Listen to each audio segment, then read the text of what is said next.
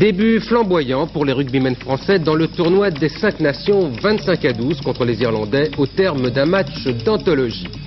La police recherche les producteurs de porc responsables du saccage de la sous-préfecture de Brest.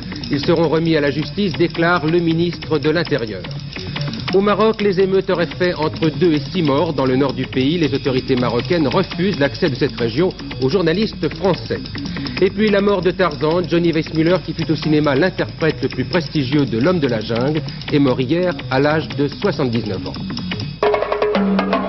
Mesdames, Messieurs, bonsoir. Quel beau match, quel superbe match. Les amateurs de rugby ont pu se régaler cet après-midi au Parc des Princes ou devant leur télévision pour cette première rencontre du tournoi des 5 nations. Un match magnifique remporté par la France qui a véritablement puni l'Irlande avec ce score de 25-12. Et c'était bien la fête du rugby cet après-midi avec une très grande équipe française. Rien ne manquait, un jeu de grande classe tout à la fois maîtrisé et culotté, des phases de jeu rapides et surtout le travail des 3 quarts tricolores qui apparaissent ce soir comme les meilleurs du tournoi. Lucien Mias disait même tout à l'heure qu'ils étaient les meilleurs du monde. Voyons tout de suite les grands moments de ce match avec Pierre Salviac.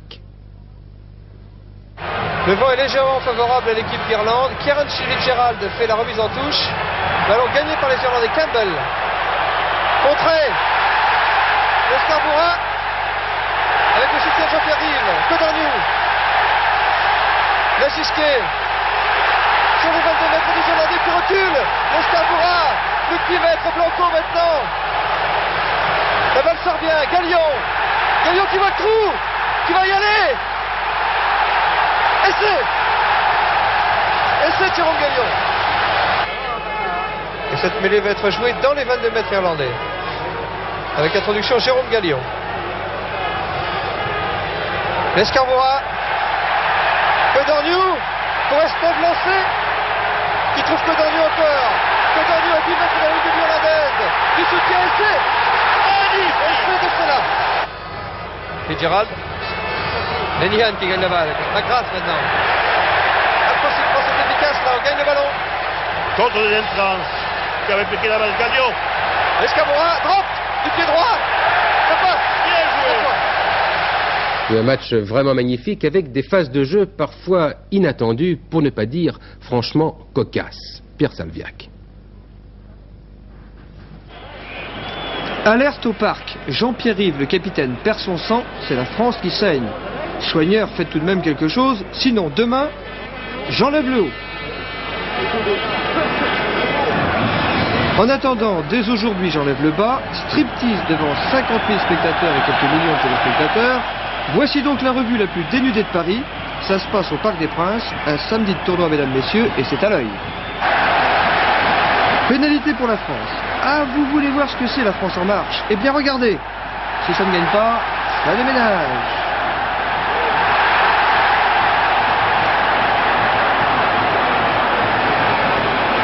Vous n'avez pas bien vu. Eh bien, une deuxième fois, et au ralenti, s'il vous plaît.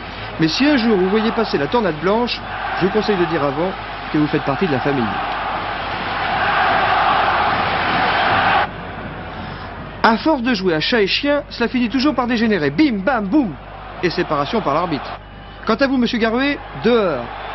Dehors. Allez vous rhabiller, on finira sans vous.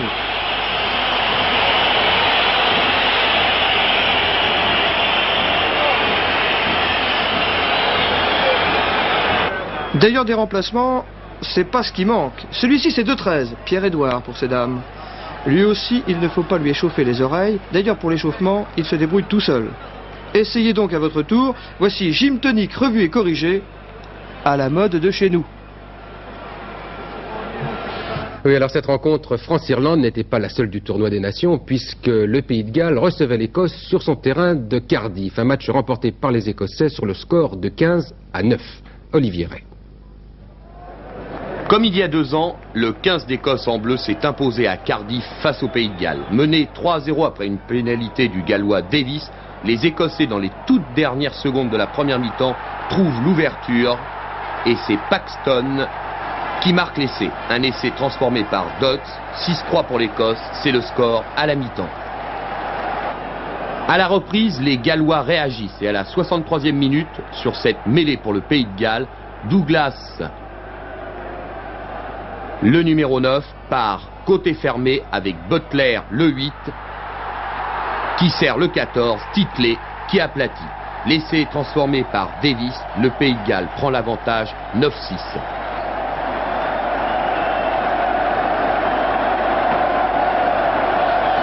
Dans la foulée, les Écossais obtiennent l'égalisation sur une pénalité de Dodds, toujours lui.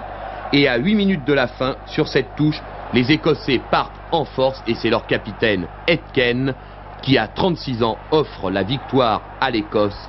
15-6, puisque cet essai est transformé par Dodds, toujours lui. Victoire logique de l'Écosse.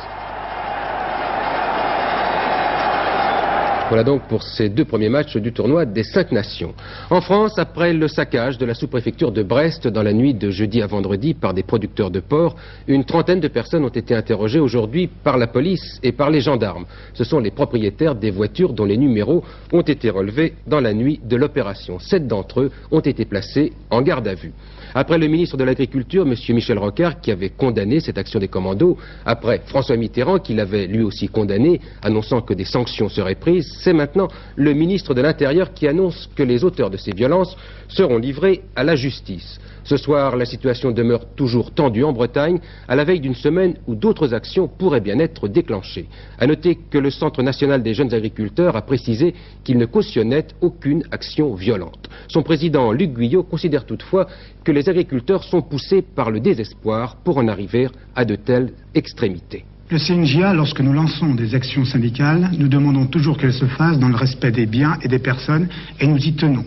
Mais dans cette action-là, il y a eu certes des débordements qui sont dus bien sûr à la situation actuelle, mais aussi au ras-le-bol et au désespoir de certains agriculteurs. Cependant, les pouvoirs publics ont une responsabilité très importante dans ce qui se passe aujourd'hui. Les mesures que nous attendions étaient trop longues à venir. Je prends comme exemple les mesures annoncées par le ministre de l'Agriculture au mois de juin lors du congrès du CNJA, mises en place le 15 décembre. Ensuite, l'arrêt, le blocage des frontières, 15 jours et on les met hier. Ensuite, les aides aux compensations pour les prix par la solidarité professionnelle ont mis 15 jours à se mettre en place et le jour où elles ont été mises en place, le marché du porc a baissé de 27 centimes. Alors comment voulez-vous que les agriculteurs ne réagissent pas ? Une autre réaction, celle du président de la FNSEA. Pour François Guillaume, ce sont les pouvoirs publics qui sont responsables des violences pour n'avoir pas su éviter la chute catastrophique des cours du porc. Cette crise qui touche les producteurs de porc essentiellement installés en Bretagne, cette crise n'est pas nouvelle, elle dure en effet depuis près d'1 an. Alors comment en est-on arrivé là? Écoutez les explications de Jean-Louis Calmejane. Le marché au cadran de Châteauneuf-du-Fou dans le Finistère. Ici se déterminent les cours d'une bonne partie de la production bretonne de porc. Vente sur catalogue, enchères dégressives, face à face, vendeurs et acheteurs. Le marché est transparent. Ce jour-là, bon nombre d'éleveurs, comme Louis-Marie Le Guillou, attendaient avec anxiété de savoir s'ils allaient vendre leur porc et à quel prix. Louis-Marie Le Guillou est un jeune agriculteur de 25 ans. Cela fait 1 an et demi qu'il s'est installé sur une petite exploitation de 15 hectares. 15 hectares en Bretagne, c'est trop petit pour vivre. Aussi a-t-il construit un élevage de porcs, un élevage hors sol comme on dit. Pour éviter un investissement trop lourd, il a construit lui-même ses bâtiments. Il a dépensé pour cela 400 000 francs. Clé en main, par un entrepreneur, ces porcheries lui auraient coûté 700 000 francs. Depuis plusieurs mois, les cours du porc se sont effondrés. Cet après-midi, Louis-Marie Le Guillou va vendre une partie de sa production. Et pour lui, il est indispensable que les cours remontent. Le coût de production, jusqu'à présent, je me suis aperçu que pour en tirer au moins un salaire, et puis bien sûr payer les prêts, il faudrait qu'il arrive à 11 francs. Au moins le coût de production. Parce que jusqu'ici, vous n'arrivez pas à tirer de salaire sur votre production? Non, puisque je vis sur le salaire de ma femme qui travaille à l'hôpital. 60 plus 80 guilloux bloqué fret. 60 plus 80 guilloux bloqué fret. C'est vendu au 12, 9,68. 9 francs 68 le kilo, ce n'est pas avec ces prix-là que je vais pouvoir rembourser mes emprunts, me confie Louis-Marie Guillou. Ce jour-là, en effet, les cours du porc avaient encore baissé.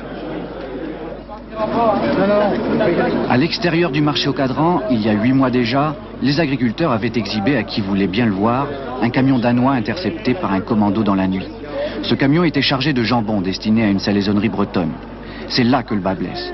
Les agriculteurs ne comprennent pas pourquoi les salaisonniers français n'achètent pas plus de porc français. Mais cela s'explique.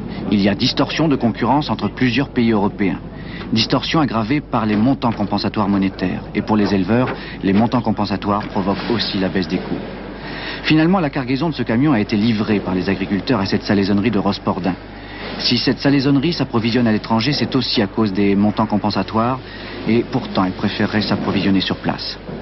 Je paye en moyenne 1 franc à 1 franc 50, moins cher, les jambons que j'importe, que les jambons bretons. Dans cette différence de prix, les montants compensatoires représentent environ 1 franc. La Bretagne produit la moitié de l'élevage français de porc. Et qu'ils soient éleveurs, abatteurs ou transformateurs, bretons ou d'autres régions, tous ceux qui travaillent autour de la production porcine, et ils sont 80 000 en France, tous demandent la suppression des montants compensatoires monétaires pour au moins être sur le même pied d'égalité que leurs concurrents européens.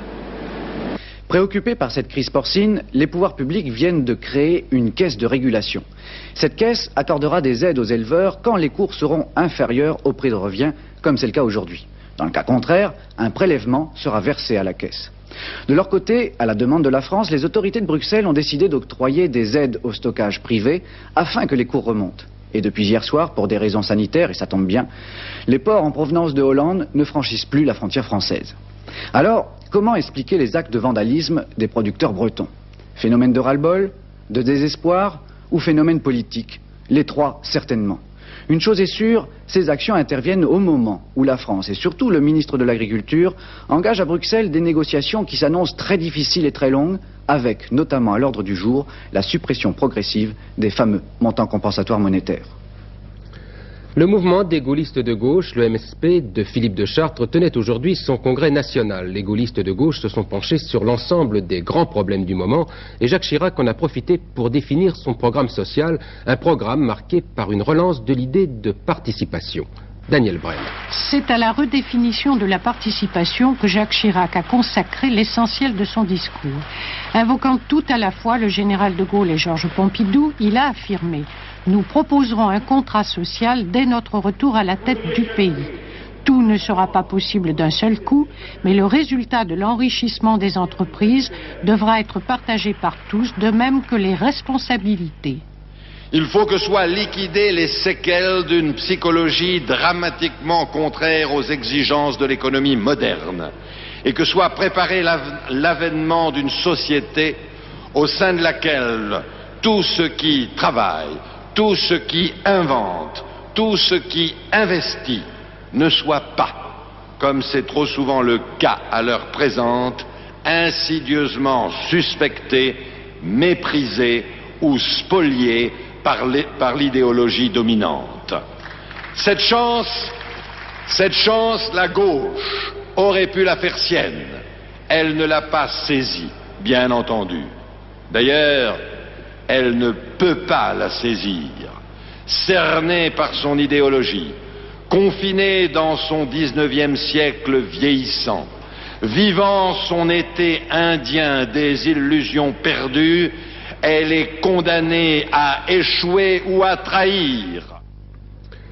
Nous demeurons fidèles aux 110 propositions présentées par le candidat François Mitterrand. Voilà en substance ce qu'a affirmé hier soir Georges Marchais qui s'exprimait sur FR3. On attendait beaucoup de l'intervention du secrétaire général du Parti communiste après les prises de position de ses amis qui avaient critiqué à plusieurs reprises les projets de restructuration industrielle du gouvernement ou du moins leurs conséquences sur l'emploi.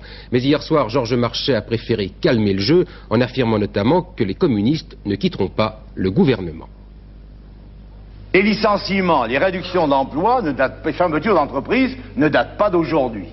Et alors, qu'est-ce qu'on a entendu pour essayer de justifier cette politique-là? On a commencé dans un premier temps par « c'est la cause de la démographie ». Deuxième temps, on a dit « c'est la cause du pétrole », c'est la photo pétrole. Troisième épisode, on nous a dit c'est la crise mondiale. Nous disons crise internationale, très différent. Mais enfin, hein? Maintenant, on nous dit, après on nous a dit c'est la photo tiers-monde qui produit à des prix moindres, etc., etc. Et maintenant, on nous dit progrès technologique. C'est-à-dire, à chaque fois, on cherche un alibi pour justifier une politique qui a conduit à casser l'outil de production français.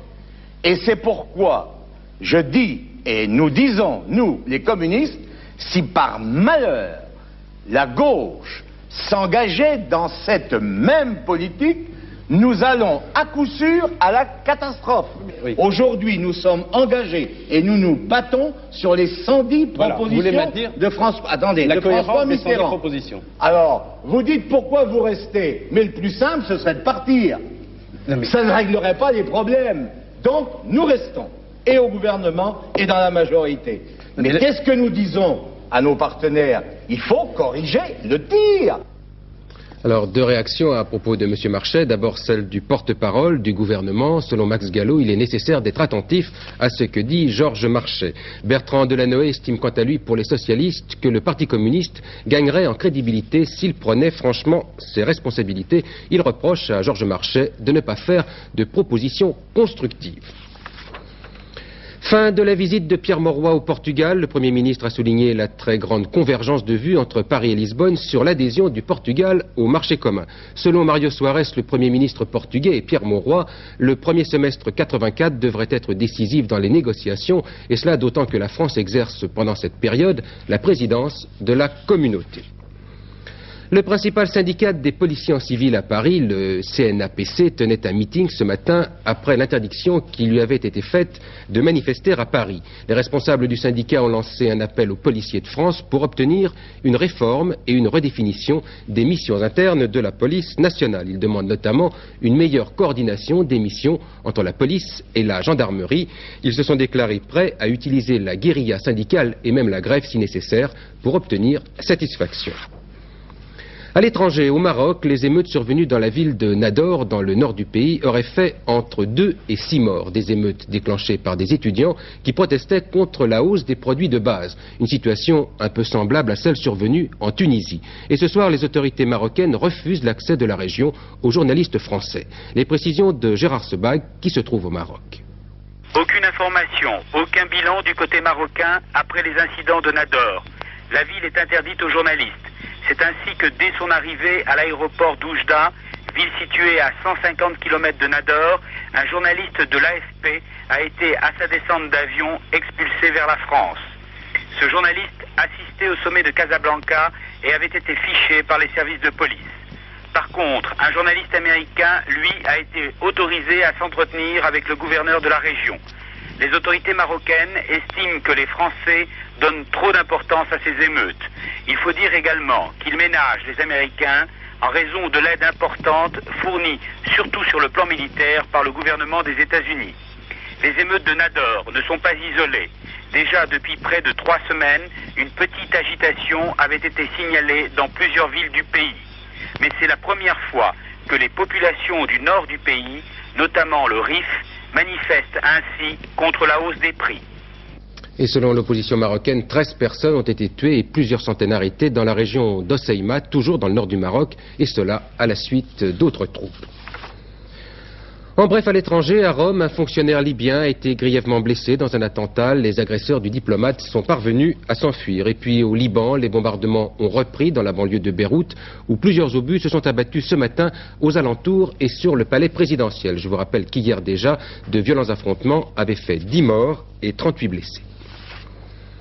L'enseignement de l'histoire à l'école, c'est le thème d'un débat qui divise aussi bien les professeurs que les familles depuis plusieurs années. La méthode actuelle est contestée par les partisans de la chronologie, par exemple. Il est vrai que tout le monde se souvient que la bataille de Marignan, c'est 1515. Alors cet enseignement de l'histoire et les nouvelles orientations à lui donner, c'était le thème du colloque qui s'est tenu ces derniers jours à Montpellier. Et aujourd'hui, le ministre de l'Éducation, M. Savary, a précisé les mesures qui vont être prises pour rénover cet enseignement. Le détail de ces mesures avec Estelle Gouzy. Les premiers efforts concerneront l'école primaire. L'histoire sera désormais enseignée dans toutes les classes et devra occuper davantage de place dans les programmes. Pas de retour pur et simple à l'histoire événementielle, mais les dates importantes, les repères, seront à nouveau enseignées dans le respect de la chronologie. Les méthodes d'éveil seront redéfinies afin de mieux aider les enfants à acquérir connaissance et raisonnement. Dans le secondaire, c'est l'enseignement technique et professionnel qui connaît la situation la plus alarmante. Alors que 2/3 des élèves de 14 à 18 ans y sont rassemblés, l'enseignement général et particulièrement l'histoire sont négligés. Impossible pourtant d'alourdir des emplois du temps qui comptent déjà de 32 à 38 heures hebdomadaires. C'est donc l'équilibre général de ces formations qui sera reconsidéré. Une attention toute particulière sera accordée à l'histoire des sciences et des techniques. Les connaissances acquises seront évaluées soit par une épreuve sur dossier en fin de première, soit par une épreuve d'histoire et géographie au baccalauréat. Enfin, la troisième disposition concernera la formation des enseignants, 26 000 au total. L'entrée dans l'enseignement sera précédée d'un travail de recherche. Les professeurs d'université participeront davantage à la formation continue des enseignants. Dans chaque établissement, on incitera les enseignants d'histoire à travailler en équipe avec ceux des autres disciplines. Toutes ces mesures devraient être appliquées d'ici 1988. Une conséquence inattendue de la grève de FR3 Corse, la démission du directeur de l'information de FR3, Édouard Guibert. Le président de la chaîne a refusé cette démission, mais Édouard Guibert semble décidé à la maintenir. À l'origine, il y aurait l'interdiction faite par les responsables de la chaîne à la diffusion d'un reportage qui devait être présenté dans les journaux régionaux et qui expliquait les difficultés rencontrées par les journalistes de la télévision qui travaillent dans l'île. Sur place, en Corse, donc, la situation paraissait plus calme aujourd'hui, tandis que la grève des lycées d'Ajaccio va se poursuivre jusqu'à lundi. L'occasion pour les enseignants et les parents d'élèves de réfléchir et de discuter parfois sévèrement, vous allez le voir, des problèmes qui agitent leur région. Le reportage de Daniel Lecomte et Jacques Douet. Le lycée Laetitia Bonaparte d'Ajaccio hier matin. Devant le portail d'entrée, des jeunes nationalistes corses distribuent un tract pour le moins maladroit puisqu'il se termine ainsi: Français, partez, vous serez nos amis, restez et nous serons vos ennemis. Propos outranciers que les enseignants du lycée tentent de corriger. Il s'ensuit une discussion quelque peu passionnée. C'est la première fois depuis une semaine que les nationalistes corses montent ici le bout du nez. Depuis une semaine en effet, le lycée est en grève totale. La raison, un plasticage d'une voiture d'enseignants. On ne peut donc pas dire qu'ici, les nationalistes corses ont très bonne presse. 18 heures. Dans une salle du lycée, les enseignants ont convoqué les parents d'élèves pour les informer de la suite du mouvement. Le calme souhaité par le directeur de l'établissement ne durera pas. Quelques maladresses de langage des organisateurs qui occupent la tribune. Est-ce que oui ou non? On peut rester. Quelques provocations du côté d'une poignée de nationalistes corses présents dans la salle provoqueront l'incident qui mettra fin à la réunion. Au niveau des enseignants, je veux que ce soit les enseignants qui donnent la dimension culturelle corse à mes enfants. Parce que je veux pas, je ne veux pas, les parents aussi, et je ne veux pas que la langue corse soit un ghetto. Je pense qu'ayant assisté au débat et à son déroulement, à la tentative de débat et à son déroulement, vous pourrez témoigner de ceux qui l'acceptent et de ceux qui le refusent. Il y a des gens dans le monde politique, antinationalistes, qui ont été jusqu'à écrire qu'être pour la corsicisation des emplois, c'était plus grave que le plasticage. En faisant ça, on crée un amalgame entre les plastiqueurs et tous les tenants de la corsicisation des emplois qui est extrêmement grave. Écoutez, moi je vais vous citer un tract que j'ai eu ce matin, c'est pas moi qui l'ai inventé, qui se termine de la façon suivante: Français, prenez conscience qu'en restant en Corse, vous assassinez un peuple. Partez, vous serez nos amis, restez et nous serons vos ennemis. Est-ce que l'on peut s'étonner, après des tracts pareils, qu'il y ait des affrontements violents comme cela? Non, absolument pas. Si vous voulez, les affrontements... La violence vient de là quand même, non? Mais il y a peut-être une stratégie de tension qui est menée aussi bien d'une part que de l'autre. Peut-être qu'il y a dans le mouvement nationaliste une certaine frange qui met une stratégie de tension, mais de même qu'en face, vous voyez bien qu'il y a également toute une stratégie de tension qui se développe. Le temps aidant, les mêmes esprits qui s'étaient quelque peu échauffés envisageaient plus sereinement l'avenir. Sans transition, les résultats du tiercé qui se courait à Vincennes. La combinaison gagnante, le 11, le 18, le 15, dans l'ordre, cela vous rapporte pour 5 francs 9 459 francs et dans un ordre différent, toujours pour 5 francs, 1182 francs. Et puis il y a un autre tiercé, demain, toujours à Vincennes. Voici maintenant les pronostics de Pierrette Bresse. Eh bien dimanche, grande innovation. Le tiercé aura pour support le prix du Cornulier et une course internationale au trot monté. C'est une innovation que l'hippodrome de Vincennes vous offre, puisqu'habituellement les tiercés se déroulent toujours au trot attelé. Alors la grande vedette de cette course sera un étranger, un cheval suédois, Ejnarvog, que les chevaux français auront beaucoup de mal à battre dans cette épreuve. Voici le pronostic que je vous propose dans cette course classique internationale autre-montée, avec en tête Ejnarvog, qui reste sur une victoire, mais qui devra tenir 2600 mètres. Ensuite, Lapito, qui a visé cette course et qui vient de terminer 3e de Ejnarvog et Kemia. Et puis Kaisertro, vainqueur de cette course en 1981 et 82, qui revient en forme après avoir été victime d'un accident. Pour terminer, je ferai confiance à Mirande du Cadran, Luga, Montsurvent, Kemia et Liste. Ces chevaux porteront les numéros 11, 18, 19, 2, 16, 8, 15 et 12. Johnny Weissmuller est mort hier au Mexique. Tarzan avait 79 ans, le comédien qui a le mieux symbolisé au cinéma l'homme de la jungle, l'ami de Jen et le maître de Cheetah. Johnny Weissmuller est mort hier au terme d'une longue maladie, oublié et abandonné de tous. Claude Crespo.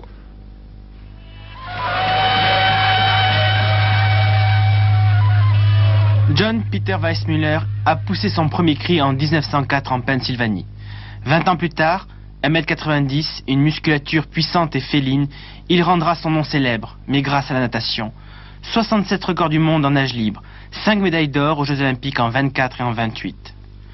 Hollywood lui fait les yeux doux et lui demande de passer le pagne du personnage de Burroughs, Tarzan. D'autres l'avaient précédé, mais plus empâté ou sur le retour. Comme Bela Lugosi est devenu Dracula, Weissmuller deviendra Tarzan à partir de 32, et ce pour 18 ans de règne incontesté.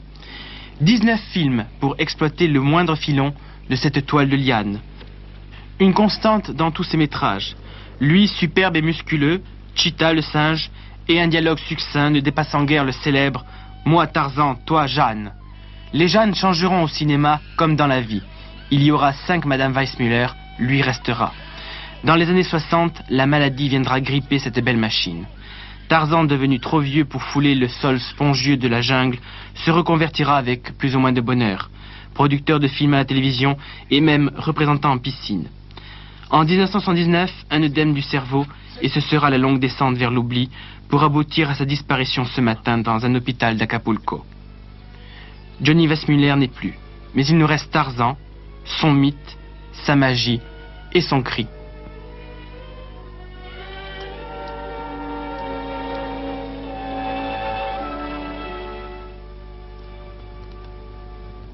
Oui, on connaît maintenant le palmarès du festival du film fantastique d'Avoriaz. C'est le film hollandais de Lift, L'Ascenseur, de Dick Maas, qui a obtenu le grand prix de ce 12e festival. Le prix de la critique est allé au film canadien Dead Zone de David Cronenberg. Ce film a également remporté le prix du suspense Hitchcock ainsi que le prix Antenne 2 qui est décerné par notre maison. Voilà la météo maintenant avec Alain Gillot-Pétré et son cri météorologique. Bon, non, je ne vous ferai pas le cri qui tue, mais qu'est-ce que je vous sers? Une dépression, allez, une dépression. Encore une, regardez-la sur la photo satellite, on la voit très bien. Elle était sur l'Atlantique ce matin, elle va traverser très rapidement la France dans la journée, et attention, demain matin, au fur et à mesure qu'elle progressera dans l'air froid qui sera sur le pays, alors elle donnera des chutes de neige ou de pluie verglaçante. Mais en milieu de journée, regardez là sur la carte, cette dépression se situera déjà du nord au nord-est, aux Alpes et à la Corse, donnant de la pluie en plaine ou de la neige à basse altitude, de la neige évidemment sur tous les reliefs, mais pas de précipitations sur la Corse.